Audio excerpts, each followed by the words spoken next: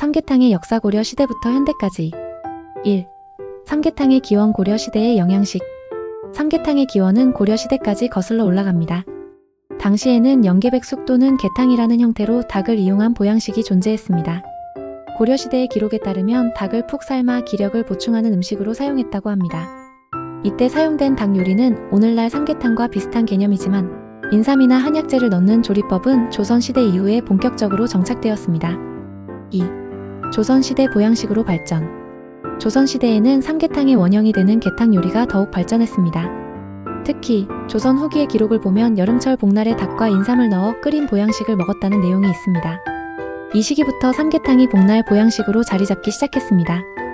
이유는 조선시대 의서인 동의보감에서도 인삼은 원기를 회복하고 기운을 보충 닭고기 소화가 잘 되고 기력을 돋움 이러한 효능이 언급되었기 때문입니다. 즉 여름철 더위로 인해 기력이 약해진 몸을 보충하는 음식으로 자리 잡았습니다. 하지만 당시의 게탕은 한약재를 넣어 삶은 국물 요리로 현재 삼계탕처럼 찹쌀, 대추, 마늘 등을 넣고 끓이는 형태와는 차이가 있었습니다. 3. 근대 이후 삼계탕이라는 이름의 등장. 현재 우리가 먹는 삼계탕은 20세기 초반부터 본격적으로 등장하기 시작했습니다. 특히 일제강점기 시기에는 일본에서도 닭을 이용한 영양식이 인기였고 이 영향을 받아 삼계탕이 대중화되었습니다.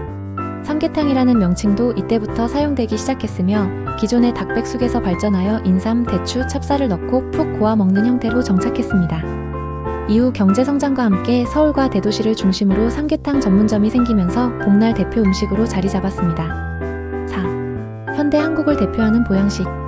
현재 삼계탕은 여름철 복날 대표 음식으로 전국적으로 사랑받고 있으며 해외에서도 한국을 대표하는 보양식으로 인식되고 있습니다. 특히 K푸드의 인기로 인해 중국, 일본, 미국 등에서도 삼계탕 전문점이 생길 정도로 인기가 많아졌습니다. 결론 삼계탕은 왜 복날 음식이 되었을까? 중복, 말복의 삼계탕을 먹는 이유는 조선시대의 이열치열 개념 때문입니다. 즉, 더운 여름에 뜨거운 음식을 먹어 기력을 보충하고 몸을 보호하는 전통에서 비롯되었습니다. 과거에는 여름철 영양 보충을 위해 개고기를 이용한 보신탕이 많이 먹혔지만 개고기 소비가 줄어들면서 대체 보양식으로 삼계탕이 더욱 인기를 끌게 되었습니다. 지금은 한국뿐만 아니라 해외에서도 건강식, 보양식, 한국의 전통 음식으로 자리 잡고 있으며 특히 한류 열풍과 함께 전 세계적으로 유명한 한국 음식이 되었습니다. 삼계탕은 고려시대부터 시작해 조선시대를 거쳐 20세기 이후 본격적으로 발전한 한국의 자랑스러운 보양식입니다.